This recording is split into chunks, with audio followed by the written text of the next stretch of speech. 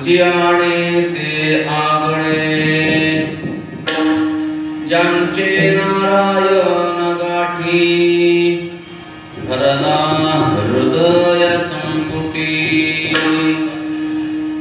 अवघेची गोड त्यांचे पुरे सर्व कोड ज्यांचे नारायण गाठी भरला हृदय संपुटी तुका म्हणे असत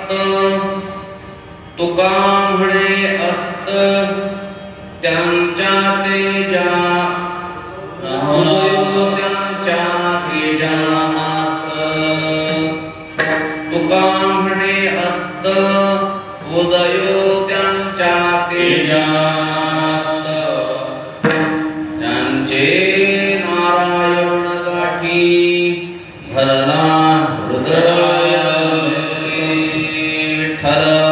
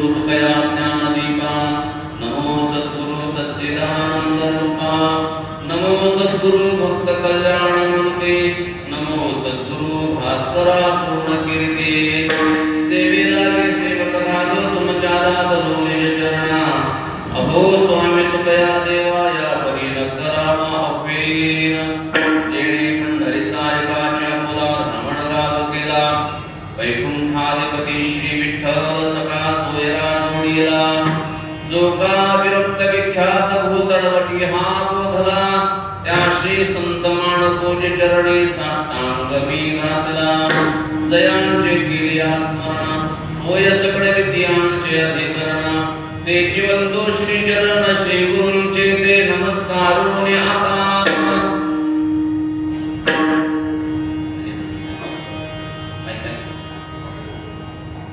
धन वित्त गुणे अवघियाने ते आगळे ज्यांचे नारायण गाठी प्रला हृदय संपुटी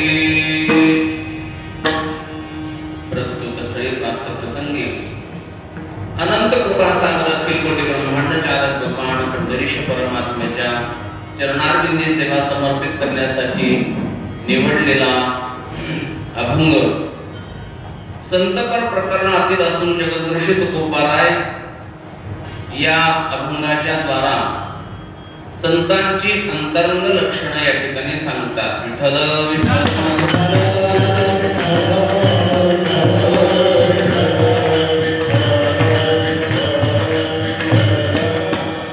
सेवेला प्रारंभ करण्याअगोदर थोडासा परिहार द्यायचा तो म्हणजे असा की भगवान पांडुरंग परमात्म्याच्या पवित्र या स्थळावरती अनेक वर्षांपासून या ठिकाणी दर हरिदिनीची कीर्तन सेवा या ठिकाणी चालू आहे आणि या हरिदिनीच्या सेवेच्या अंतर्गत आजची ही सेवा माझ्याकडे मागे 2-3 वर्षापासून ही सेवा माझ्याकडे असते. श्रावण मध्ये एकादशी, आषाढ मध्ये एकादशी आणि श्रावण मध्ये एकादशी या दोन सेवा माझ्याकडे सोपवलेल्या आहेत. वर्षातल्या 2 सेवा, त्यापैकी आज ही श्रावण मध्ये द्वादशी आहे आणि विशेष करून या एकादशीला जोडून श्री संत शिरोमणी सेना महाराज यांची पुण्यतिथी असते. श्रावण मध्ये द्वादशीला सेना महाराजांची पुण्यतिथी असते आणि त्या अनुषंगाने त्याला जोडूनच उद्याच्या ऐवजी आजची आणि उद्याची मिळून एकच सेवा म्हणून आज ही कीर्तन सेवा या ठिकाणी नियमही आहे आणि निमित्तही आहे. नियम एकादशीचा आहे आणि निमित्त सेना महाराज पुण्यतिथीचा आहे. नियम आणि निमित्त दोन्ही साधून आज या ठिकाणी ही कीर्तन सेवा आपल्याला करायची आहे. या सेवेसाठी सर्व उपस्थित असणारे गुरुजन मंडळी, सर्व पुरुष माता भगिनी, सर्व आदरणीय ज्येष्ठ श्रेष्ठ मंडळी, मंदिराचे सर्व कार्यकर्ते मंडळी, अध्यक्ष महोदय श्री गवाड सर, उपाध्यक्ष, सर्व कमिटी, सर्व विणेकरी, आदरणीय बारोटे काका, इकडे सर्व उपस्थित असणारे दाजी, पांडू महाराज, अर्चित महाराज, त्यानंतर आपले शिरवळकर महाराजांच्या पडावरचे टाळकर येते विशेष करून, त्यानंतर शिवराम महाराज राऊत, चेतन महाराज, त्यानंतर बाळू महाराज, तुमचे बंडू महाराज, तुमचे चिरंजीव आहेत ते आहेत का? आणि हे बाळू महाराज, हरिभक्तीपर्यंत सतीश महाराज पारे, हरिभक्तीपर्यंत हरिभाऊ महाराज पारे, दादा सतीश महाराज, सर्व उपस्थित मंडळी, त्याचप्रमाणे सर्व आवाज सर्वांचा व्यवस्थित सर्वांना पोहोचण्याकरता सर्वांपर्यंत जोडीपुत्रण सेवा ज्यांच्याकडे आहे असे गणेश पारे, मृदंगाचार्य माऊली पारे, अमोल खेडकर आणि सर्व उपस्थित मंडळी पेटीवर साथ देण्यासाठी आज पाटील साहेब या ठिकाणी उपस्थित आहेत. त्यांना पण धन्यवाद देतो. सर्वांच्या चरणावरती नतमस्तक होतो. श्री संत सेना महाराजांच्या चरणावरती वंदन करून या चिंतन सेवेला मी प्रारंभ करतो. विठ्ठल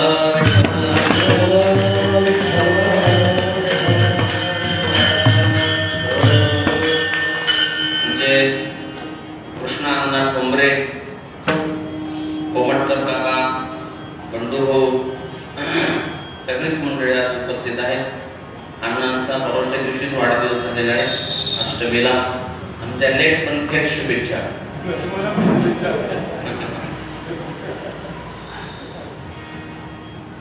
असो, हात काढू का?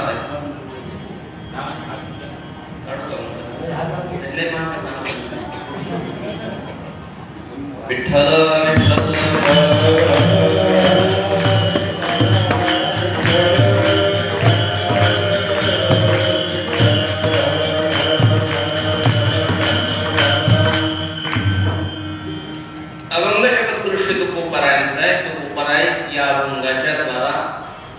संतांची अंतरंग लक्षणं सांगतात.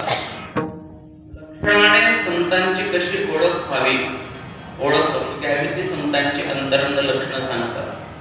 लक्षणं ही वस्तूची सिद्धी करून देत असतात. अंतरंग लक्षणं काही असतात, बाह्य लक्षणं काही असतात. वस्तूची असाधारण सिद्धी करून जे देतात त्याला लक्षण असं म्हणतात. आणि वस्तूची साधारण सिद्धी जे करून देतात ती सामान्य लक्षणं असतात. या ठिकाणी तुकोबराय संतांची असाधारण लक्षणं, अंतरंग लक्षणं सांगतात. संत जीवनाची आपल्या जीवनामध्ये फार गरज आहे. तसं तर आपल्याला सर्वच गरजेचं आहे, परंतु विशेष करून संत जीवनाची फार गरज आहे.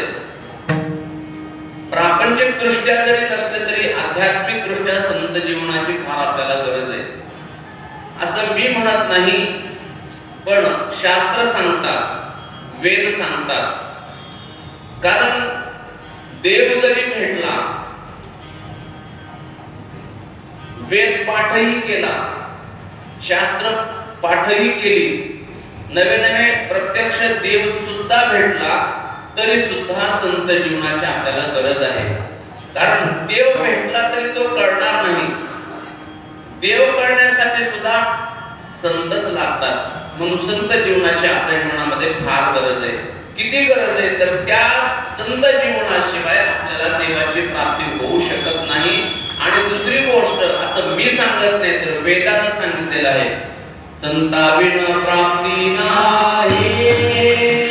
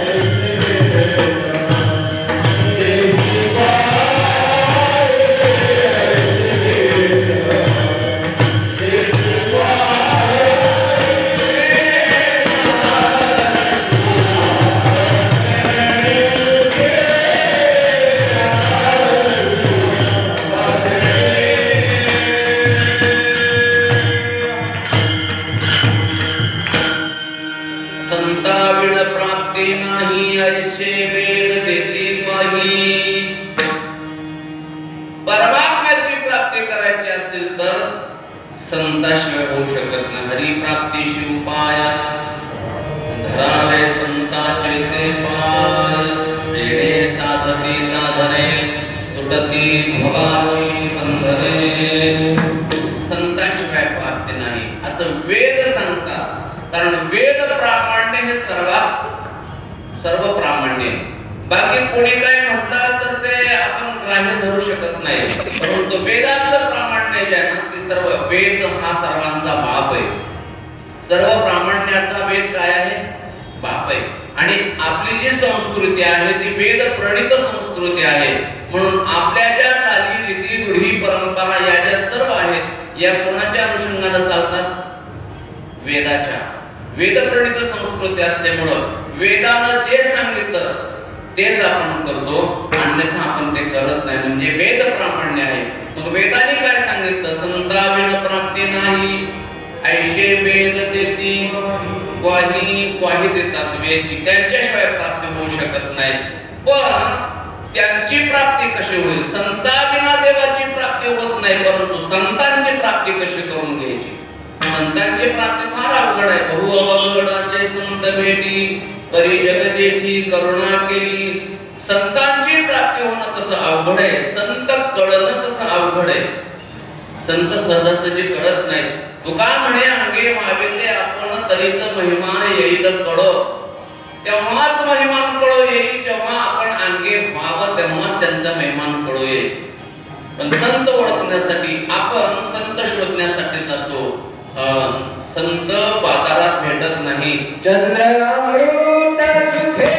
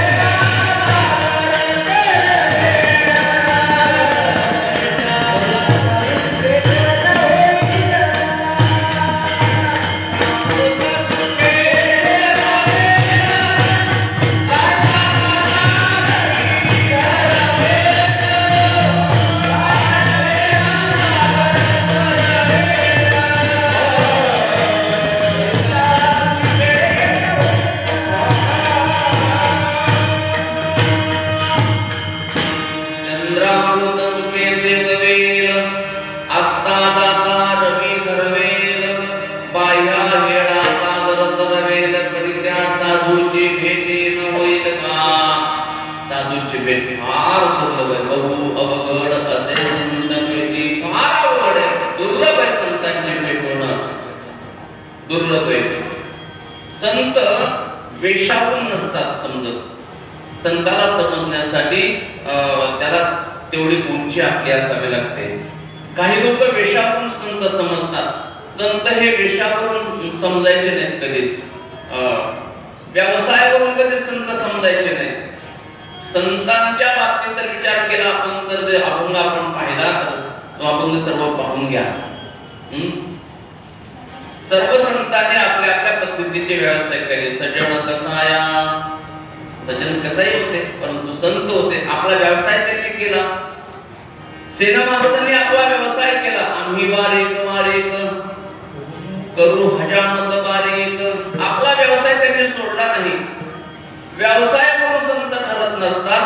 संतांना कुठल्याही प्रकारची याती नसते. यातायाती धर्म नाही विष्णुदासा निर्णय ऐसा वेद शास्त्री. यातायाती धर्म नाही विष्णुदासा. विष्णुदास म्हणजे संत. विष्णुदासांना यातायाती धर्म नाही असा निर्णय कोणी दिला? निर्णय ऐसा वेदशास्त्री. वेदशास्त्राने निर्णय दिला. संतांमध्ये संत यातीवरून समजून घ्यायचे नाही. कुठल्या याती त्या आहेत चोखा मेळा. याती काय समजून घ्यायची गरज आहे का आपल्याला? यातीवरून संत समजून घ्यायचे नाहीत. वेशावरून संत समजून घ्यायचे नाहीत. कार्यावरून संत समजून घ्यायचे नाहीत. एक दिवस चारुश्रुती राजा भला ब्रह्मज्ञानी होता, तेजस्वी होता. तो आपल्या फरशीवरती झोपला होता आणि फरशीवरती झोपला असताना वरतून आकाश मार्गाने एक बगळा आणि बगळी, मिसेस आणि मिस्टर बगळा बगळे हे दोघं जण निघाले. जात असताना वरतून त्या बगळ्यानं पाहिलं. बगळा म्हणला, काय तेज आहे म्हणला राजाचं. त्याच्या तपाच्या तेजानं, ब्रह्मज्ञानी होता, त्या तपाच्या तेजाने आसमंतात प्रकाश पडला होता. एवढं तेज त्याचं होतं, लख प्रकाश पडला होता. म्हणजे काय तेज आहे हो. बगळी म्हणती, कुठले सौंदर्य प्रसाधनं वापरले असतील बरं त्याने. बगळीच्या डोक्यात दुसरं काहीच नाही. बगळी म्हणली, एवढं चमकायला लागलाय, कोणती फेरन लवली लावली, कोणतं काय कुठला साबण लावलाय, कुठली पावडर लावली म्हणून एवढा चमकायला लागलाय तो राजा. बगळा म्हणतो, अगं तुझं डोक्यात, तुझ्या डोक्यात तर तेज झाला. अगं सौंदर्य प्रसाधनानं तेज येत असतं का? तेज कशाने येत असतं? तेज येण्याच्या दोन गोष्टी. एक तर तेज तपानं येतं आणि दुसरं तेज तुपानं येतं. तेज कशाने येतं? तपाने नाही तर तुपाने. दोन्हीपैकी कुठलं पण तुम्ही करून पहा, तेज आल्याशिवाय राहणार नाही. तूप खाऊन बघा, तेज येईल. नाही तुपानं जमलं तर तप करून बघा, तपानं तेज येईल. तपाशिवाय किंवा तुपाशिवाय तेज येत नाही. राजाचं तेज हे ब्रह्मज्ञानाचं तेज होतं आणि त्या ब्रह्मज्ञानाच्या तेजामुळे तो चमचमकत होता. परंतु ती बगळी उठली, एवढा काय सुंदर नाही म्हणे, एवढा सुंदर नाही म्हणे. ते तिकडं याच्या नगरीमध्ये एक रहमत नावाचा सामान्य माणूस आहे, त्याच्या पुढे हा फेकायचा आहे म्हणे. त्याचे देश भारी याच्यापेक्षा तो फार श्रेष्ठ आहे म्हणे. या राजाला त्यांची भाषा अवगत होती, पक्ष्यांची भाषा. ब्रह्मांडात झाल्यानंतर सगळ्याच भाषा अवगत होता. मुंगीचा आलोच्य ऐके, स्वर्गीचा आलोच्य ऐके, मुंगीचे मनोरथ ओळखे, मुंगीच्या मनात जाणता येतं. कुठं काय झालं हे त्याला कळू शकतं. ब्रह्मज्ञानीच्या पुरुषाला ना सर्व जाणता येतं. तसं पक्ष्याची भाषा त्यांना कळत होती त्या राजाला. राजानं सांगितलं, कोण असेल बरं हा रेप? कोण आहे रेप? राजा उठला, ताबडतोब सगळ्या सेवकांना बोलवून घेतलं. आपल्या नगरीमध्ये रेप नावाचा कोण मनुष्य आहे, फार तेजस्वी आहे, फार तपस्वी आहे असं मी ऐकलं. कोण असेल तो त्याला शोधून आणा. सगळी प्रजा गेली. म्हणजे अहो पत्ता द्या साहेब, कुठे यमसहामध्ये राहतो का, चेलीपुरात राहतो का, बेगमपुरात राहतो का, राहतो कुठे सांगा, पत्ता तरी द्या त्यांना. त्यांनी सांगितलं पत्ता वगैरे काय नाही, मला फक्त एकच नाव माहित आहे, रईफ. कोणत्या जातीचा माहित नाही, काही माहित नाही. तुम्हाला कुठे शोधायचं तर शोधून या. आता ते सगळे नोकर निघाले शोधत. कोणी भेटलं त्याला विचारायचं, तुझं नाव रईफ आहे का? रईफला तू पाहिलं का? तू रईफ आहेस का? सगळ्यांना विचारत चालली असेल. एक हातगाडा लुटणारा असा तो काही काम नव्हतं म्हणून आपलं दाट करत बसला होता हातगाड्यावर. दुर्मिळ सेवक प्रत्येकालाच विचारले. त्या सेवकाला विचारलं, अरे तुझं नाव रईफ आहे का? तो म्हणला, हा रईफच आहे. दुसरा सेवक म्हणतो, अरे राजानं शोधायला पाठवले आणि राजानं ते तपस्वी म्हणून सांगितलंय आणि हा काय हातगाडा चालवणार आहे म्हणे. हा कुठे काय साधू असतो का? हा काय तपस्वी असतो का म्हणे. तुला काय करायचं म्हणे, रईफला रईफ नाव जोडलं ना, राजा आपला कायदे शोधला नाही. कागदोपत्री रईफला रईफ नाव जोडलं का नाही. नाहीतरी काय ऑफिस मध्ये काय असतं, नावालाच मोठं असतं, माणूस कोणी काय माहित नसतं. रईफला रईफ नाव जोडलं म्हणे. घेऊन त्याला उचललं, राजदरबारात घेऊन गेले.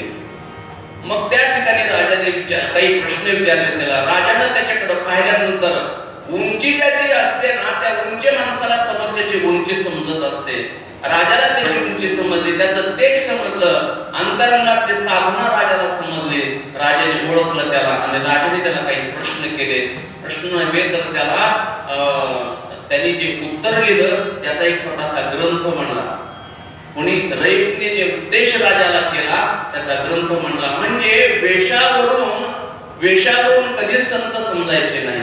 आपण दररोज काकडा म्हणतो, काकड्यामध्ये येतो दादू बिंजारी, काय कोणतं प्रमाण आहे? बिंजारी तो दादू भजनी अभेदो हरीचे पायी. सुरुवात काय केली?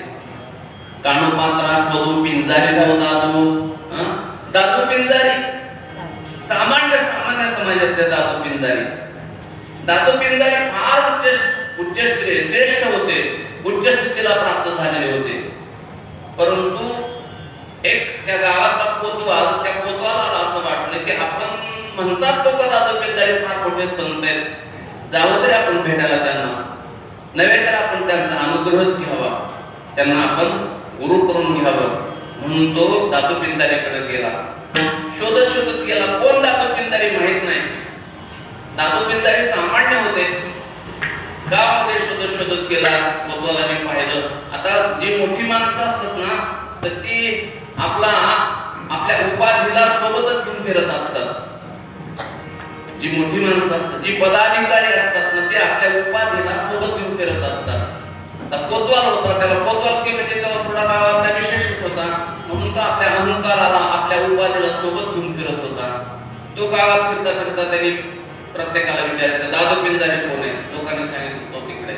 दादू पिंजारी खराटा घेऊन झाडत होते गावात, झाडत होते. हा झाडतोय आणि हा असा त्याच्याजवळ गेले, म्हणले दादू पिंजारी विचारलं, दादू पिंजारी कोण आहे? दादू पिंजारी.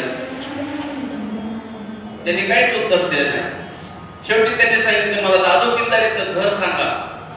दादू पिंजारीने त्या झोपडीकडे हात दाखवला, असं बोट केलं, झोपडीकडे बोट केलं. त्या कोतवालाला राग आला. तो म्हटला, मी त्याचा अनुग्रह द्यायला आलोय आणि दादू पिंजारीचं घर तसं छपरासारखं असतं ना, छपरासारखं असतं. त्याला राग आला. तो म्हटला, 4-5 चिठ्ठ्या पाठ केलेल्या 5-5 मजली बिल्डिंग झाल्या ना. आणि दादू पिंजारी एवढे मोठे संत आहेत म्हणून मी ऐकलं, त्यांचं असं छपरासारखं जर असतं का? त्याला राग आला आणि त्याने त्यांच्या खानाखाली वाजवली, सण त्यांच्या खानाखाली वाजवली. त्यांना काहीच वाटलं नाही. लोक धावत आले सगळे, म्हणे अहो महाराज आहेत, दादू पिंजारी आहेत. ते म्हणे, हे दादू पिंजारी आहेत का? माफ करा, माझ्याकडून चुकलं बरं का, मी तुम्हाला ओळखलं नाही, तुम्हाला न ओळखता मी तुम्हाला कानाखाली वाजवली. ते म्हणजे असू दे. दादू पिंजारी म्हटले, अरे संक्रांतीच्या दिवशी 1 तासभर लागणारं सुगड, किती? 1 तासभर लागणारं ते काय असतं ते? काय असतं सुगड? ते सुगड बायका कुंभाराकडे गेल्यानंतर वाजवून घेतात. किती वेळ लागणार असतं ते? 1 तासच लागणार असतं. ते सुद्धा सुगड बायका वाजवून घेतात. तुझं जीवन सगळं मला समर्पित करायचंय, तो वाजवून घेतलं तर काय बिघडलं नाही.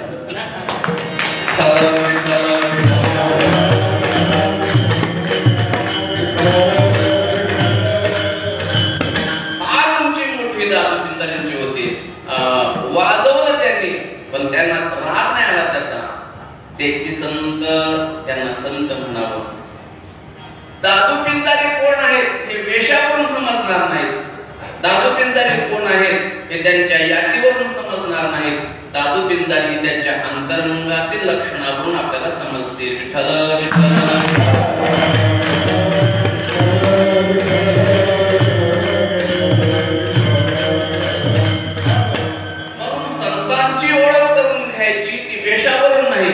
संतांची ओळख करून घ्यायची ती जातीवरून नाही, संतांची ओळख करून घ्यायची ती बाकी इतर कशावरूनही घ्यायची नाही, तर संतांची लक्षणावरून ओळख करून घ्यायची. काय संतांचे लक्षण असतात, त्या संतांच्या लक्षणाशिवाय आपल्याला संत कळणार नाही.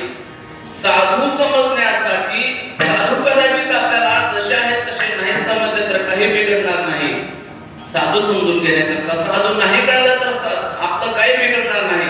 परंतु असाधूला साधू म्हटल्यानंतर बिघडल्याशिवाय राहणार नाही. साधूला साधू नाही म्हटलं आपण तर आपलं कदाचित बिघडणार नाही. कारण साधू हे तुम्हाला साधू नाही म्हटलं तरी ते कृपाच करतात आणि तुम्हाला काही नाही म्हटलं तरी पण ते कृपाच करतात. खांडावया भाव घाली काल आवडी दयाने केली, दोघा एकची सावली वृक्ष दे जैसा.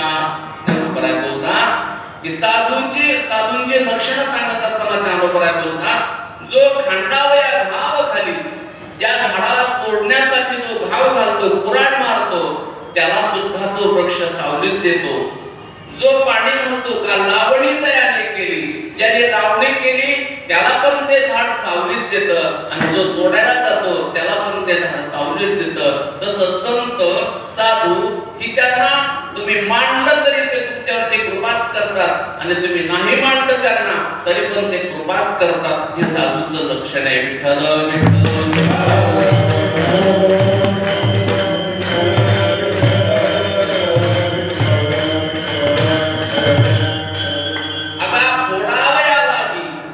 ज्ञानोबरांनी गोड उदाहरण दिलं. पुढे ज्ञानोबराय म्हणतात लोखंड असतं, लोखंड, आणि तो लोखंड काय करतं, त्या परिसावरती चिडतं. ते परिसावरती, त्या परिसाला एकदा आपण संपूर्णच टाकवता असं लोखंड ठरवतं. सगळ्या लोखंडाची मीटिंग होते, सगळी त्यांची लोखंडाची संघटना असते ना, त्या संघटनेने ठरवलं की परिस नावाची जात आहे ना संपूर्णच टाकायची. म्हणून त्यांनी सगळे एकत्र केलं, आणि त्यांचा सगळ्यांचा जो बॉस होता घन,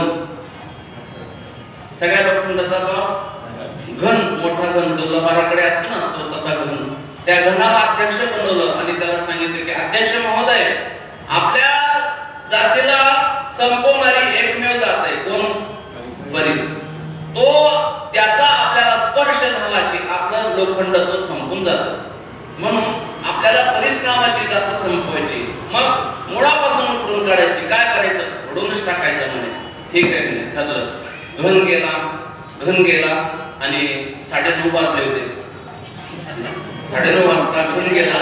असा फिरून त्या घनाने काय केलं, त्या परिसरावर त्याचा जोरात आदळला, जोरात उडी मारली त्याच्यावर. जोरात करून टाकतोय त्याचा. परिस होता छोटासा परिस होता. तुम्ही पाहिला का कोणी परिस? पाहिला? आपण नसते आपल्या गावात आहे परिस कोणी पाहिला? आणि आपल्याला पाहिला असतात, ज्याच्याकडे राहाय त्याला जिवंत ठेवलं असतं का? कसं एक तोंड घेतला असता. परिस कुठे असतो? परिस फक्त टिटवीला माहिती आहे. कोणाला माहित असतो? टिटवी. हा, तुम्हाला माहित? हा, टिटवीला माहित असतो परिस. कशामुळे माहित असतो? तर टिटवीचे जे अंडे असतात ते अंडे फोडण्यासाठी परिसराचा दगड लागतो. त्याच्याशिवाय तिचे अंडे फुटत नाहीत. आणि तो तिला परिसराची ओळख आहे, तिला परिचय परिसराचा. आणि तो समुद्राच्या काठावरती असतो, धरणाच्या तलावाच्या काठावरती असतो. ती काय करते? तो परिस शोधून आणते, तिचे अंडे फोडते, आणि तो परिस पुन्हा देते, पुन्हा टाकून देते. ते ठेवून घेत नाही. आपल्यासारखी टिटवी असते तर ती फुले असतात, सापडतायत ना.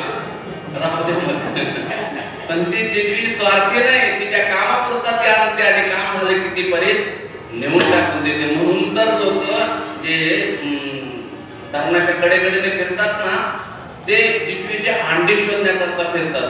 जिथे टिटवीने अंडे घातलेत ना, ते टिटवीचे अंडे शोधण्याकरता फिरतात. का? तिथल्या आजूबाजूची सगळी माती खडे उचलून आणतात, आणि ते लोखंड त्याला चिटकवून बघतात, आहे का एखादा खडा सापडतो का? परंतु टिटवी जशी आणते तशी नेऊन टाकते. एकच आणते, 2 नाही आणते, एकच आणते, आणि ते काम झालं की फेकून देते.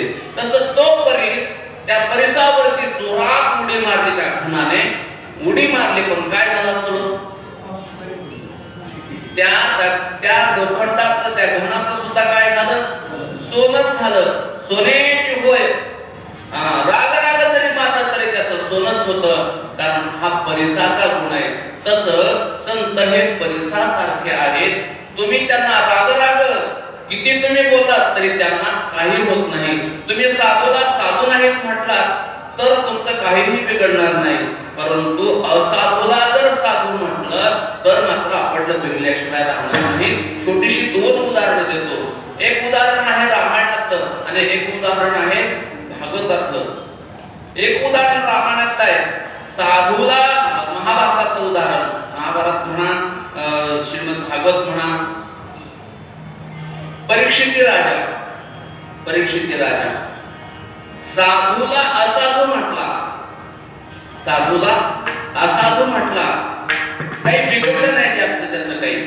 परंतु सीता कोणाला रावणाचा वेश पाहून रावण संन्याशी होता, संन्याशाच्या वेशात आला, वेशावरून गेली, वेशावरून ते त्याला साधू समजलं, असाधूला साधू समजलं. परिणाम काय झाला? 6 महिने अशोक वाटिकेमध्ये राहावं लागलं, दुःख सोसावं लागलं, दुःखाचे भोग भोगावं लागले त्याला. कशामुळे झालं हे? असाधूला साधू म्हणण्यामुळे. साधूला असाधू म्हटलं तर एवढं बिघडत नाही. परीक्षित राजाने काय केलं होतं? साधूला असाधू म्हणून काय केलं? अहो साधू महाराज पाणी द्या प्यायला. काय बसले, डोळे झाकून बसले आणि मग मेलेला सर्प त्यांच्या गळ्यामध्ये घातला. परिणाम काय झाला? त्यांचा मुलगा आला आणि त्याने मुलाने निरोप पाठवला परीक्षित राजाला, म्हणे 7 दिवसामध्ये तुला तक्षक नाग येऊन तुझा काय करेल? घात करेल, तक्षक दंश करेल तुला आणि संपून जाशील म्हणे, तुझा घात होईल. ऐकलं त्याने. ऐकल्यानंतर त्याला वाईट वाटलं नाही. ते म्हणजे मी साधूंची निंदा केली, माझी चूक झाली, त्याबद्दल त्याने हे केलं. परंतु बरं झालं म्हणे तुम्ही मला सावध केलं. बरं झालं सावध केलं. का? अरे मला 7 दिवसाचा वेळ दिला म्हणजे फार वेळ झाला माझ्यासाठी. खटमांग राहिला तर 1 तास मिळाला होता, मला तरी 7 दिवस मिळाले. म्हणजे त्या दृष्टीने मी भाग्यवान आहे म्हणे, मला 7 दिवस मिळाले. म्हणजे मी काहीतरी त्यासाठी पर्याय करेन म्हणे. गाडीत बसून चालत असताना खड्डे तर सगळ्यांनाच लागतात, हादरे तर सगळ्यांनाच बसतात. परंतु गतिरोधक करून गाडी कुदल्यानंतर, आदळल्यानंतर झटका सगळ्यांनाच बसतो. परंतु जो सावध जो आहे ड्रायव्हर, जो सावध, त्याला माहित असतं की आता गतिरोधक आलाय, गतिरोधक करून गाडी गेली त्याची, परंतु तो अलगद उतरवतो. त्याला बी धक्का बसतोच, त्यालाही धक्का बसतोच, आदळतेच गाडी. परंतु जो बेसावध आहे ना, त्याची गाडी जोरात आदळते, त्याची गाडी जोरात आदळते. तसं आपली गाडी जोरात आदळते. परीक्षित राजा सावध झाला. तो म्हणा 7 दिवसानंतर आहे ना, म्हणून तो सावध झाला. परिणाम काय झाला? 7 दिवस त्यांनी भागवत कथा ऐकली आणि भागवत कथा ऐकल्यानंतर तक्ष मरायचं तर मरणारच आहे एक दिवस. तो म्हटला मरायचं तर आहे, परंतु माझा उद्धार होईल, म्हणून त्याला पर्याय सुचवला. परीक्षित राजांना शुकाचार्याच्या माध्यमातून भागवत कथा ऐकली. परीक्षित राजाचा उद्धार झाला. साधूला असाधू म्हटला, एवढा परिणाम नाही झाला. परंतु असाधूला साधू म्हटल्यामुळे सीतेला 6 महिने वनवासात राहावं लागलं. म्हणून साधूची लक्षणं का जाणून घ्यायची? तर असाधूला साधू आपण म्हणू नये. म्हणून साधू काय असतात हे समजलं की असाधू काय आहे हे समजून येतं. विठ्ठल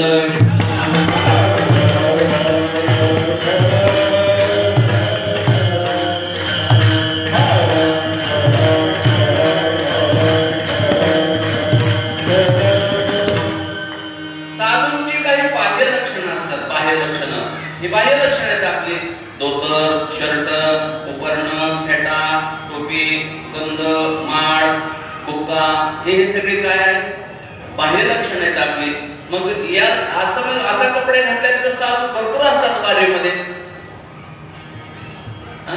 वेश परिधान करून वारीमध्ये फिरणारे साधू बरेच असतात. परंतु ते साधू कधी कधी संधी साधतात. संधी साधू असतात ते. गर्दीचा गैरफायदा घेऊन लोकांचे पॉकेट मारतात.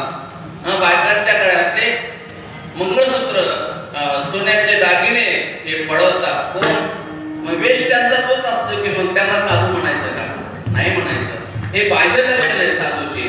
बाह्य लक्षणावरून जायचं नाही, अंतरंग लक्षण पाहायचं. कारण अंतरंग लक्षण कळल्याशिवाय आपल्याला साधू समजणार नाही. काय त्यांचे साधूंचे अंतरंग लक्षण असतात? जगद्गुरु श्री तुकोबाराय अभंगाच्या 1ल्या चरणामध्ये सांगतात.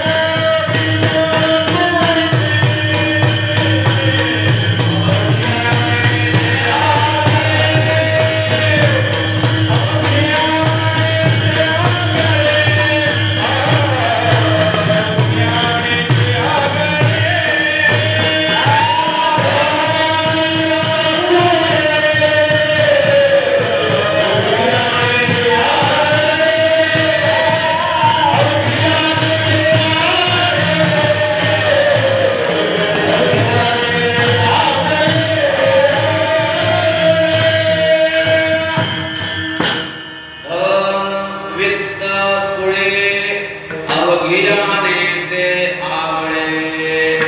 संत या सर्वापासून वेगळे असतात. आगळे म्हणजे अलग, वेगळे. धनाने आगळे, वित्ताने आगळे, कुळाने आगळे. तुम्ही आम्ही धन वित्त हे सर्व, धन आणि वित्त दोन शब्द आहेत. धन आणि वित्त वेगवेगळे शब्द आहेत. पण संतांच्या बाबतीमध्ये संत या धनाला किंमत देत नाही. ज्या धनाला आपण धन म्हणतो त्याला ते धन म्हणत नाही. आपलं जे धन आहे हे आपण धन समजलेलं असतं, ते धन आणि वित्त वेगळं आहे. धन कशाला म्हणायचं? स्थावर जंगम. बाजारात गेला तुम्ही, समजा मी बाजारात गेलो, बाजारात गेल्यानंतर भाजीचा गाडा लावला, त्याला काय लावला तर कीर्तनोत्तर काय फरक नाही पडत. लावला भाजीचा गाडा, मग मेथीची भाजी, अजून कुठली भाजी? पालक, अजून शेपू, तुपा, करडी, गोबी भाजी, पालेभाजी. भाजीचा गाडा लावला, एक जण आला, शेतकरी चांगला, तो म्हटला ठीक आहे, म्हटला मला या मेथीच्या 5 जुड्या द्या, पालकच्या द्या, शेपू द्या, सुका द्या, करडी द्या, 5-5 जुड्या सगळ्याच्या द्या. ठीक आहे. मला विचारलं किती रुपयाला आला? मला तर काय अंदाज नव्हता. मी सांगितलं 10,000 रुपयाला. 10,000 रुपये, 5-5 जुड्या घेतल्या सगळ्या. किती पैसे झाले तुम्ही मोजा, तुम्ही, मी काय नाही मोजतो. त्याचे पैसे झाले, मी सांगितलं एवढे पैसे झाले, 250 रुपये झाले. 250 बरोबर झाले ना? 250 रुपये झाले. 250 रुपये द्या. तो म्हणला आपल्या शेतातली माती घेऊन या म्हणून. 250 रुपयाची. म्हणलं अरे इथं वित्त लागतं, वित्त, धन नाही चालत. माती हे धन आहे. माती म्हणे अहो 20 लाख रुपये गुंठा चालला नाही आमचा. तुम्हाला 250 रुपयाची माती घेऊन या म्हणे तिकडून जाऊन. माती काय खायची काय इथं काय लागतं? कॅश लागतं, कॅश. इथं फोन पे नाही चालत, कॅश लागतं, कॅश. हे जे लागणार आहे त्याला वित्त म्हणतात. आणि माती हे जे जंगम आहे याला धन म्हणतात. हे धन आहे, हे वित्त आहे. तसं संतांच्या दृष्टीनं धनही तेच आहे आणि वित्तही तेच आहे. तुमचं आमचं धन हे वेगळं आहे आणि त्यांचं त्यापासून वेगळं आहे. संतांचं धन कोणतं आहे? संतांचं धन आहे पांडुरंग. धन घरी पांडुरंग.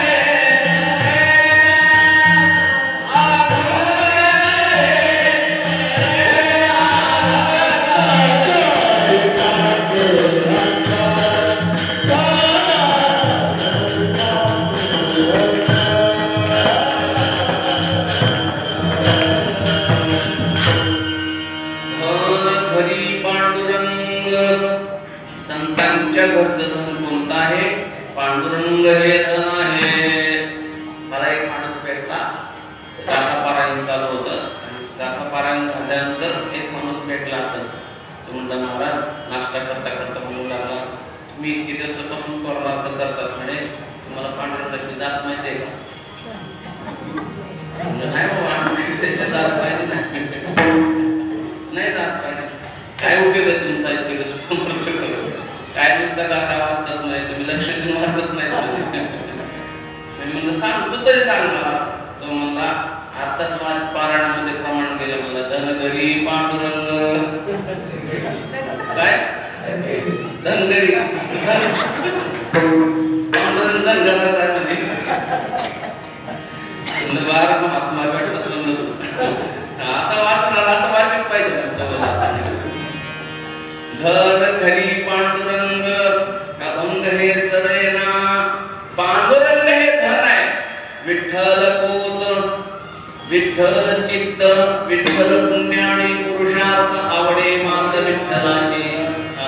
पांडुरंग परमात्मा काय आहे, आपल्या जीवनामध्ये काय काय आहे? विठ्ठलाचे जीवन, आगम निगमाचे स्थान, विठ्ठल सिद्धीचे साधन, विठ्ठल ध्यान विसावा, विठ्ठल कुळीचे दैवत, विठ्ठल वित्त बोध चित्त, विठ्ठल पुण्य आणि पुरुषार्थ आवडे मात विठ्ठलाची. विठ्ठल विस्तार लाजनी सप्तही पाताळे धुनी, विठ्ठल व्यापक त्रिभुवनी, विठ्ठल मुनी मानसी, विठ्ठल जीविका जिव्हाळा, विठ्ठल प्रेमाचा पुतळा, विठ्ठल कृपेचा गोळा, नागियाला चाळा विश्व विठ्ठले, विठ्ठल पापमाय तुलता, विठ्ठल भगिनी आणि भ्राता, विठ्ठले विन चाड नाही होता, तुकांकडे आता नाही दुसरे.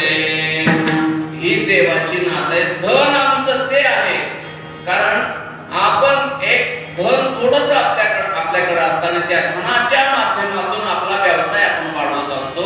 तर तुकोबराय म्हणतात की आमचं हे धन आहे, विठ्ठल आमचं धन आहे आणि त्या धनावरती आमचा सर्व विस्तार आहे. विठ्ठल हेच सर्व आमचं जीवन आहे. विठ्ठल आमचे जीवन, आगम निगमाचे स्थान, विठ्ठल सिद्धीचे साधन आणि विठ्ठलच ध्यान आहे, विठ्ठलच विसावा आहे. हे त्यांचं धन आहे. आपलं धन हे अशाश्वत आहे. आपलं धन अशाश्वत आहे आणि संतांचं धन शाश्वत आहे. म्हणून धनाने ते वेगळे आहेत, वित्ताने ते वेगळे आहेत. त्यांचं वित्तही काय आहे? विठ्ठल आहे. आपलं वित्त काय आहे? मोठा 2000च्या गायब झाल्या, दिसतच नाही गेल्या. गुलाबी नोट कुठंच दिसना. काय केलं? दाबून टाकलं लोकांनी. आता कळण येणार, कळण थांबा, दाबू दे, किती दाबू दे, एकदाच बाहेर येणार आहे, एकदाच बाहेर. एक आरोळीवर पण हल्ली का नाही तिकडनं? ते कधी आरोळी ठोकील सांगताच येत नाही. रात्रीच्या 8-8:30 वाजता आरोळी ठोकत ती, काहीच करता येत नाही. तेव्हा पण त्या नोटाला दाबून फिरायचं लोकांनी 1000च्या 500च्या बापरे, अशा दनादन बाहेर आल्या सगळ्या. बँकेत रांगत कशाची? पैसे बदलून घ्यायची. तसं आता 2000 एक होणार आहे. अरे असले तर काढून ठेवा पाहिजे, नाही ठेवू नका घरामध्ये. वित्त आहे. आपण याला वित्त समजतो, आपण याला धन समजतो. आपण जंगम स्थावर या इष्टतेला आपण धन समजतो. परंतु संतांच्या बाबतीमध्ये त्यांना या धनाची गरज नाही. ते उलट सांगतात, धन दारा पुत्र जन बंधू सोयरे विष्णू सर्व मिथ्या. हे त्याला मिथ्या समजतात, त्याला आपण सत्य समजतो. हा त्यांच्या मताना आपल्या मतात फरक आहे, म्हणून ते आगळे. धन वित्त कुळे, आपलं कुळ भिन्न आहे.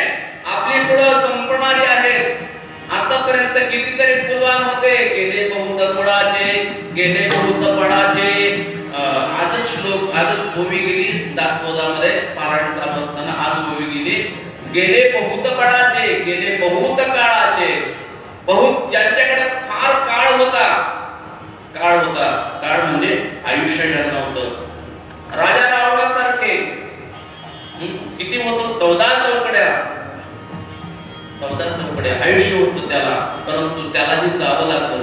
गेले बहुत बळाचे, वालेसारखा बलवान कुणी नव्हता.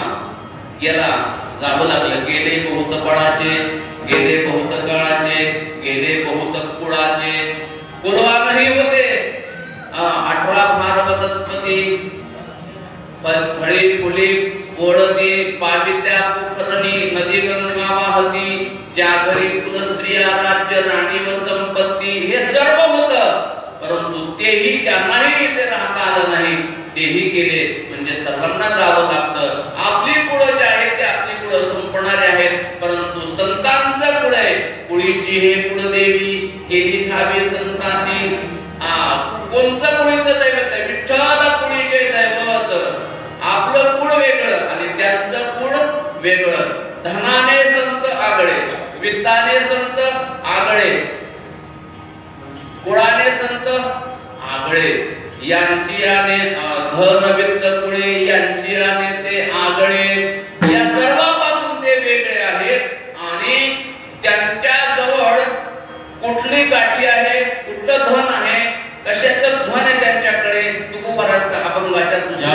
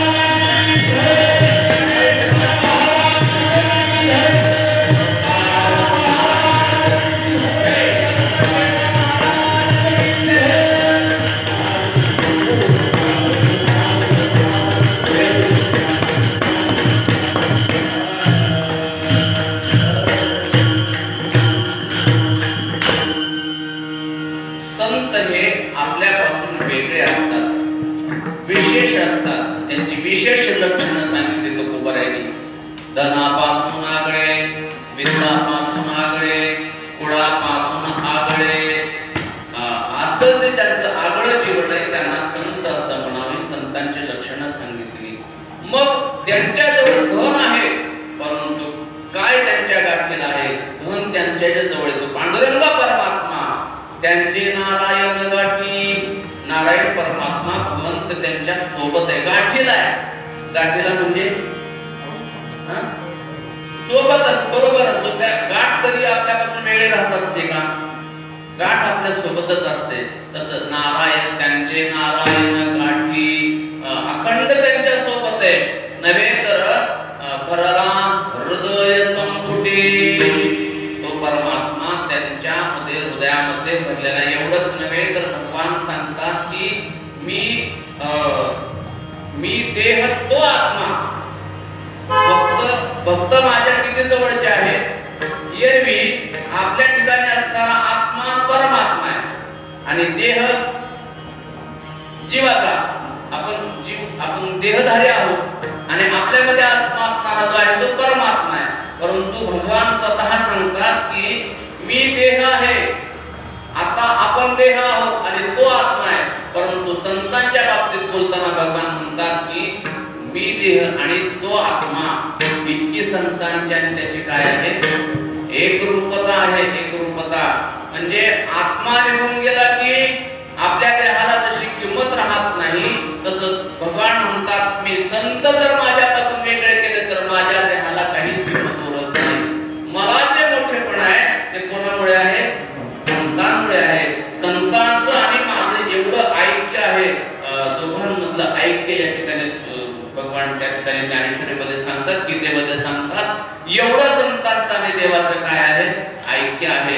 त्यांचे नारायण गाठी भरला हृदय संपुटी. त्यांच्या हृदयामध्ये अखंड तो वास करतो आहे. भगवान हनुमंतरायाच्या हृदयामध्ये कोण आहे? रामच आहे. सावता महाराजांच्या हृदयामध्ये कोण आहे? रामच आहे. आपल्या हृदयामध्ये पडून बघा काय आहे? पडू नका काय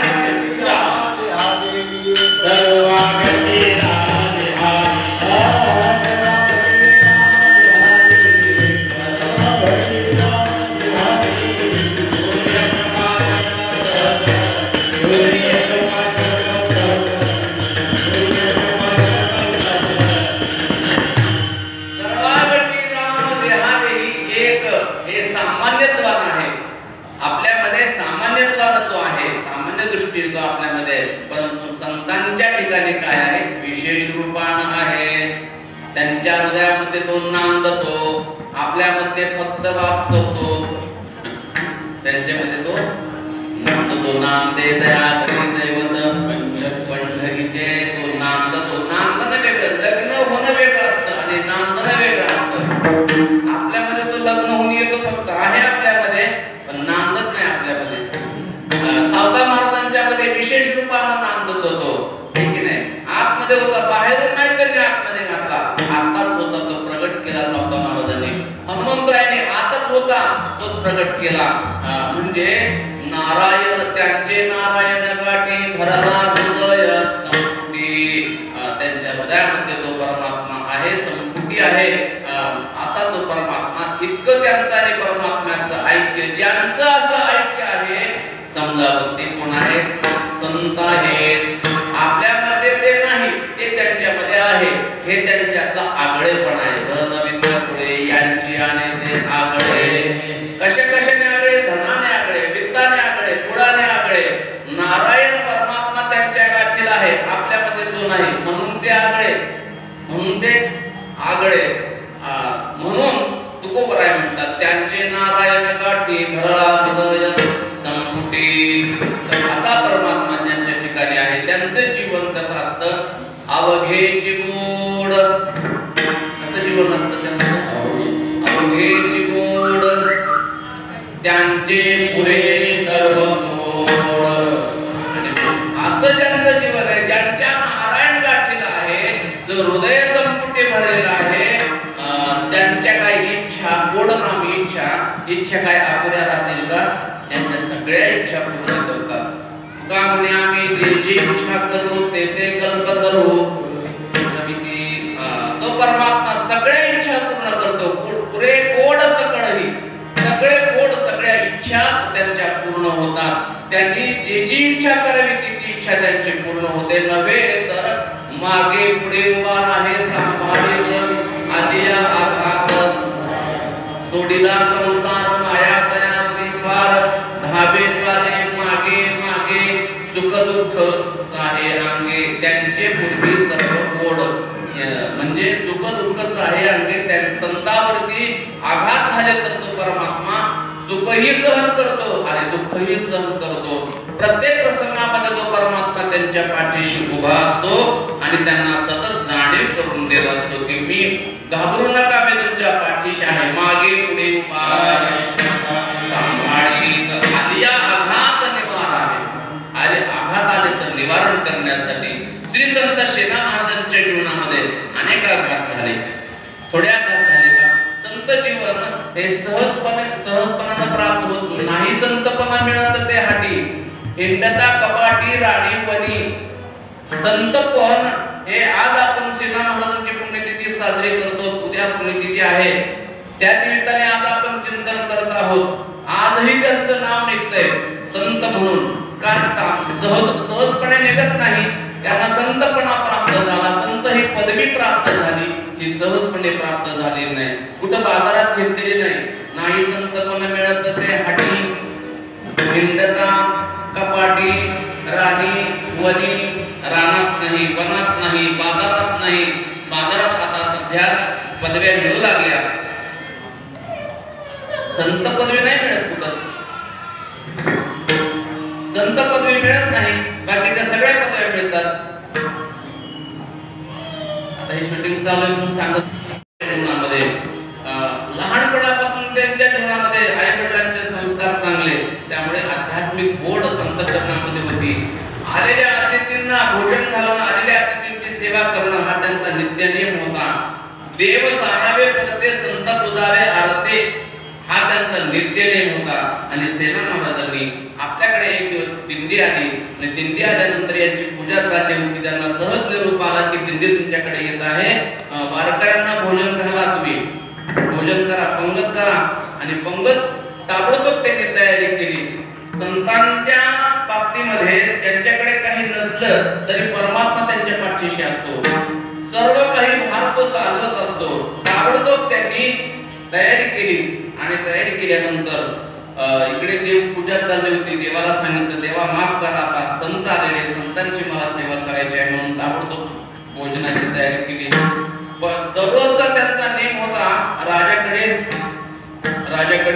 मालिश करायला जाणं, राजाची हजामत करायला जाणं त्यांचा दररोजचा नियम होता, जावं लागत होतं. परंतु त्या दिवशी वारकरी घरी आल्यामुळं त्यांना जमलं नाही. उशीर झाला.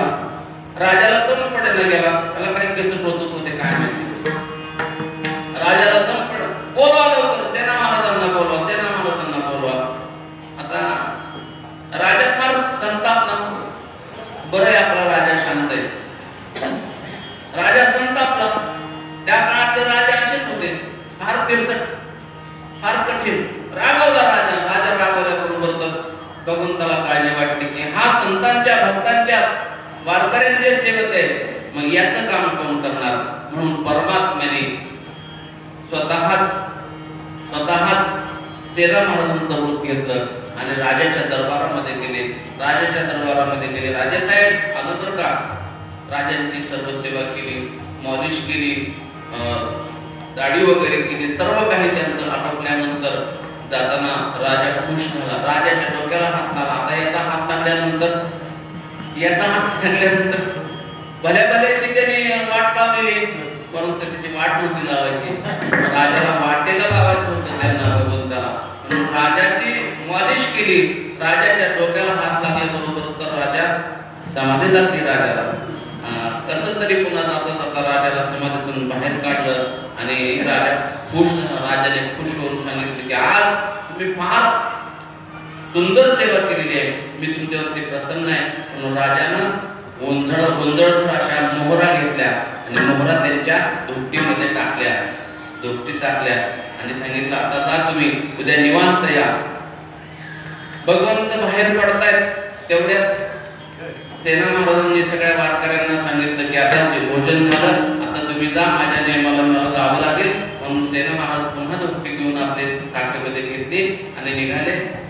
राज दरबारामध्ये पायऱ्या चढत असतानाच सेवक म्हणू लागले,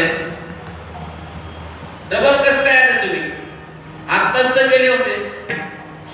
त्यांना वाटायला लागले हे चेष्टा करतायत, माझी उशीर झाला म्हणून चेष्टा करतायत. माफ करा म्हणे, जरा दिंडी आली होती माझ्याकडे, त्याच्यामुळे उशीर झाला, माफ करा म्हणे. नाही नाही, तुम्ही आत्ताच तर गेले होते. यांना खोटं वाटायला लागलं.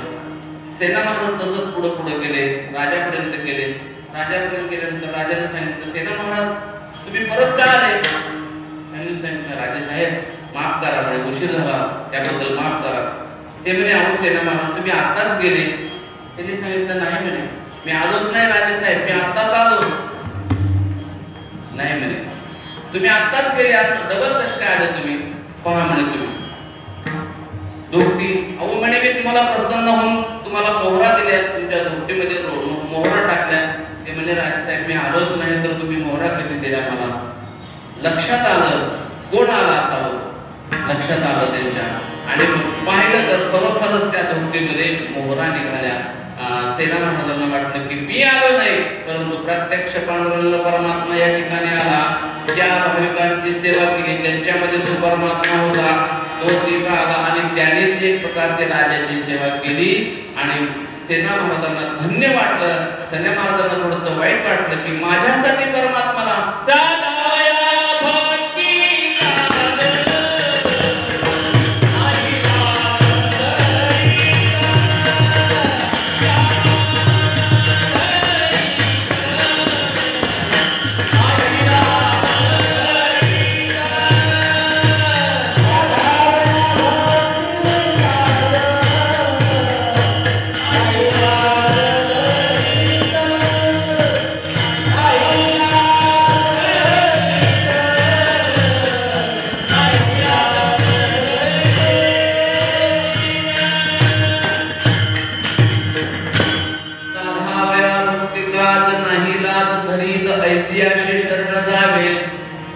शक्ती जीवे नवंची. भगवान परमात्मा आपला भक्ती काल साधण्याकरिता लाज धरत नाही, स्वतःला लाज धरत नाही. आणि दुसरी गोष्ट, या माध्यमातून संतांचे कोड पुरवतो. त्यांचे पुरवी सर्व गोड, त्यांची इच्छा पूर्ण करतात. काय इच्छा होती सेना महाराजांची की साधूंची सेवा झाली पाहिजे, भक्तांची सेवा झाली पाहिजे, दिंडीतल्या वारकऱ्यांची सेवा झाली पाहिजे. ही इच्छा पूर्ण केली आणि ही इच्छा पूर्ण केली म्हणजे भगवान परमात्मा त्यांच्या पाठीशी सतत उभा असतो. आलिया आघात निवारावे.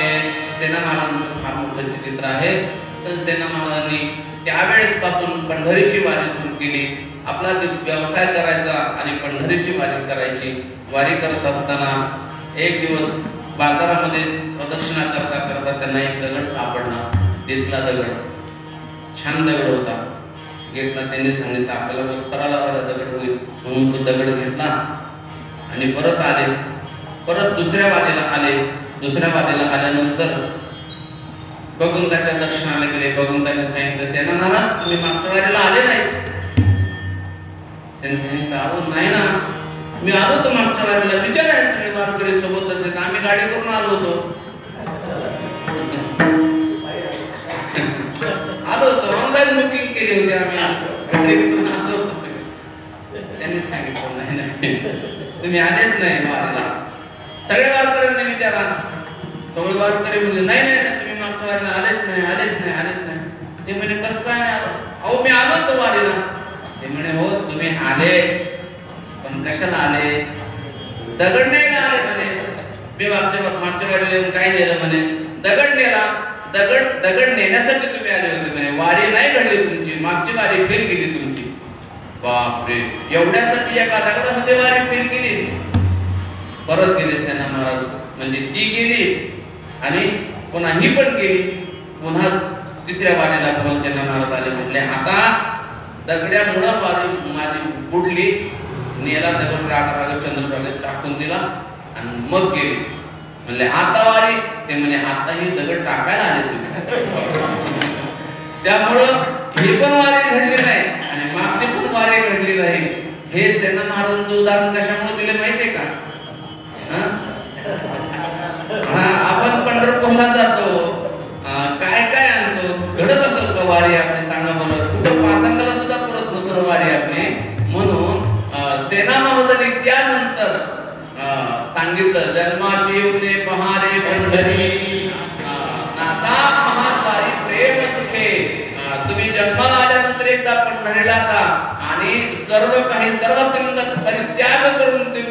पंढरीशी जा. तिथं गेल्यानंतर तुम्हाला खाण्यापिण्याची कसल्याही प्रकारची अडचण येणार नाही. सर्व पुरवणारा तो परमात्मा आहे, काळजी करू नका. अशा अनेक वाऱ्या सेना महाराजांनी केल्या. अनेक जीवनामध्ये प्रसंग आले. शेवटी श्रावण मध्य द्वादशीला सेना महाराज थकले आणि देवाकडे प्रार्थना केली की देवा आता आम्हाला परवानगी द्या. मोठी माणसं ती असतात, काम घेऊन येतात आणि काम संपलं की उभ्या पावली निघून जातात, जास्त काळ राहत नाही. आपल्यासारख्यांना म्हणावं लागतं कामाशिवाय जास्त वेळ बसू नये, ती बोर्ड लावावा लागतो आपल्यासाठी ऑफिस मध्ये. आणि मोठी माणसं ती असतात की काम घेऊन येतात आणि काम संपलं की उभ्या पावली निघून जातात. जगदगुरुशीत कोपर आहे, 42 वर्ष राहिले, काम संपलं, आपला प्रवास पुढचा प्रवासाला निघून गेले. ज्ञानोबर आहे, 22 वर्ष. सगळ्या संतांची यादी पहा. सर्वात जास्त आयुष्य लाभलं श्री संत शिरोमणी नामदेव महाराज यांना, 80 वर्षाचं आयुष्य लाभलं नामदेवरायांना. म्हणजे संत मंडळी या ठिकाणी येतात आणि आपलं कार्य संपलं निघून जातात. कार्य संपल्यानंतर भगवंताकडे प्रार्थना केली की आता आम्हाला जाण्याची परवानगी द्या. आणि भगवंताने परवानगी दिल्याप्रमाणे सेना महाराज आपल्या ठिकाणी त्या ठिकाणी आले आणि श्रावण पद्य द्वादशीला त्यांनी आपला देह त्या ठिकाणी ठेवला. त्यांचं होते तेव्हाही त्यांचं जीवन गोड होतं आणि आजही त्यांचं जीवन काय आहे, गोडच आहे. अवघेची गोड त्यांचे पूर्वी सर्वगोड, ज्यांचे नारायण राखी भरला हृदय समुखी. मग आज सेना महाराज नाहीत का? नाही का? आहेत. त्यांचा अस्त कधीच होत नाही. त्यांचं जे तेज आहे ते तेज कधी संपत नाही. त्यांच्या जीवन कार्याला उदयोही नाही आणि अस्तही नाही असं तुकोबराय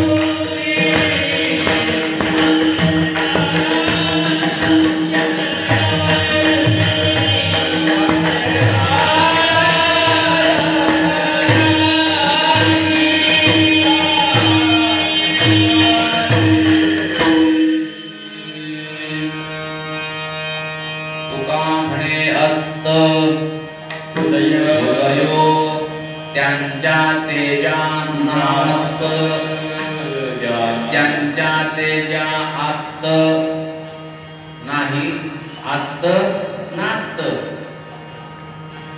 तुका म्हणे आस्त नास्त उदयो त्यांच्या आस्त नास्त उदयो त्यांच्या तेजा नास्त त्यांच्या तेजाला आस्तही नाही आणि उदयही नाही म्हणजे अखंड आहे. जे अखंड असतं परमात्म्याच्या तेजाला उदय आणि आस्त आहे का? नाही. परमात्मा नित्य आहे तसं संत हे सुद्धा नित्य आहे म्हणून त्यांचा आस्त नाही. हे आपल्या भावनेकरिता आपण हे सगळं पुण्यतिथी प्रकट दिन हे आपण समजायचं आपल्यासाठी इथे, पण ते कधीच उदयही पावत नाही आणि त्यांचा आस्तही कधी होत नाही. त्याचं कारण आहे त्यांचे नारायण गाठी, ज्याच्या गाठी नारायण आहे त्यांचा उदय आणि आस्त होईल का? कधीच होणार नाही. त्याचं कारण आहे भरला हृदय संपुटी. जर तो अंतर्बाह्य भरलेला असेल तर मग जो आपल्या अंतःकरणामध्ये अखंड भरलेला आहे हृदय संपुटी तो आहे तर मग त्याचा आस्त होईल का? मग आस्तच नाही तर उदय कशाचा? दिवस उगवला म्हणायचं कशाला? जर मावळला तर उगवला म्हणायचं, जर मावळतच नाही तर उगवला म्हणायचं काय विषय येतो का? तिथं काही विषयच येत नाही. म्हणून त्याचा आस्तच होत नाही. मग आस्त नाही तर उदयही नाही. म्हणून तुका म्हणे आस्त उदयो त्यांच्या तेजा नास्त. कारण त्यांचे नारायण गाठी भरला हृदय संपुटी. असं ज्यांचं जीवन आहे श्री संत सेना महाराज त्यांच्या कार्याला त्यांच्या तेजाला आस्त नाही आणि उदयोही नाही. ते अखंड संत हे परमात्म्याच्या सोबत अखंड असतात. येतो जातो आम्ही देवाच्या सांगात सतत देवाच्या संगतीत असतात. नाही विसंबत येरा आम्ही एकमेकाला विसंबत नाही करीत म्हणजे अखंड देवाचे सांगाती सतत देवाच्या सोबत असतात. तसं सेना महाराज काही कार्यापुरते भगवंतांनी त्यांना सगुण रूप धारण करून मानवी देहधारी करून या ठिकाणी काही कार्यासाठी पाठवलं. भगवंताचं नियोजन सर्व संतांना या ठिकाणी काही निमित्तानं त्या ठिकाणी पाठवलं. पाठवण्याचं कारण एकच होतं धर्मरक्षावया कारणे साधू भूताती अवतीर्णे. धर्माचं रक्षण करण्याकरता जे भगवंतानेही धर्मरक्षणच केलं आणि संतांनीही धर्माचं रक्षणच केलं. धर्मरक्षावया अवतार घेशी भगवंतांनी धर्माचं रक्षण केलं अवतार घेऊन, परंतु धर्मरक्षावया अवतार घेशी आपल्या पाळीशी भक्तजना आपल्या भक्तजनांना पाळलं आणि परित्राणाय साधूना म्हणजे आपल्या भक्तजनाचं पालन केलं आणि विनाशायाची दुष्कृता म्हणजे दुष्टाचा नाश केला. परंतु साधू संतांना त्यांनी पाठवलं. साधू संतांनी काय केलं? दुष्टाचा नाश नाही केला तर दुष्टांमधली दुष्ट प्रवृत्ती संपवली. जे खडांची व्यंकटी सांडो दया सत्कर्मी रती वाढू भूता परस्परे पडो हे कार्य संतांनी केलं. देवाचं आणि संतांचं कार्य एकच, कारण ते दोघे अभिन्न आहेत, अभिन्न स्थितीमध्ये आहेत. फक्त देहरूपानं संत परमात्मा संत महात्मा या ठिकाणी आले आणि दुष्टांमध्ये दुष्ट प्रवृत्ती घालवली आणि त्यांना त्यांच्यामध्येही परमात्मा जागृती करून दिली, त्यांनाही देवाची जागृती करून दिली, त्यांनाही संत देव भक्त संस्कृती देश धर्म याची जाणीव करून दिली, याची जागृती करून त्यांनाही दुष्ट प्रवृत्ती घालून माणसासारखी माणसं बनवलं. हे संतांचं कार्य आहे. त्यासाठी संत या ठिकाणी काही कार्यापुरतं येत असतात आणि कार्य संपलं की ते निघून जात असतात. त्याप्रमाणे श्री संत सेना महाराज श्रावण मध्ये द्वादशीला त्यांनी आपलं इहलोकची यात्रा संपवली आणि परमात्मा स्वरूपामध्ये ते एकरूप झाले. जिथून आले तिथं ते त्या ठिकाणी गुप्त झाले. असं सेना महाराजांचं चरित्र आहे. ही आजची ही झालेली कीर्तनरूपी सेवा श्री संत सेना महाराजांच्या चरणी भगवान पांडुरंग परमात्म्याच्या चरणी मी समर्पित करतो. या भंगाचा भाव असाच आहे असा माझा अजिबात आग्रह नाही. मला श्रवणातून थोरा मोठ्यांच्या श्रवणातून जसं काही सांगता आलं सुचलं तसं मी सांगण्याचा प्रयत्न केला. जे काही बरोबर आहे ते श्री गुरूंचं आहे, जे चुकीचं असेल ते माझ्या बुद्धीचे दोष आहेत. बरोबर आहे ते आपण घ्या, चुकीचं असेल ते माझ्या पदरामध्ये टाकून द्या. पुन्हा या अभंगावरती चांगलं चिंतन करून मी पुन्हा येईन. म्हणजे दुसरं नंतर कीर्तन करायला पुन्हा येईन आणि या अभंगाचं विस्तारानं पुन्हा चिंतन करण्याचा मी प्रयत्न करीन. आपल्या सर्वांची कृपा अशी असू द्यावी अशी आपल्या चरणी विनम्र प्रार्थना करतो. झालेली सेवा भगवंताच्या चरणी समर्पित करून मानलेल्या या ठिकाणी विराम देतो. ज्ञानेश्वर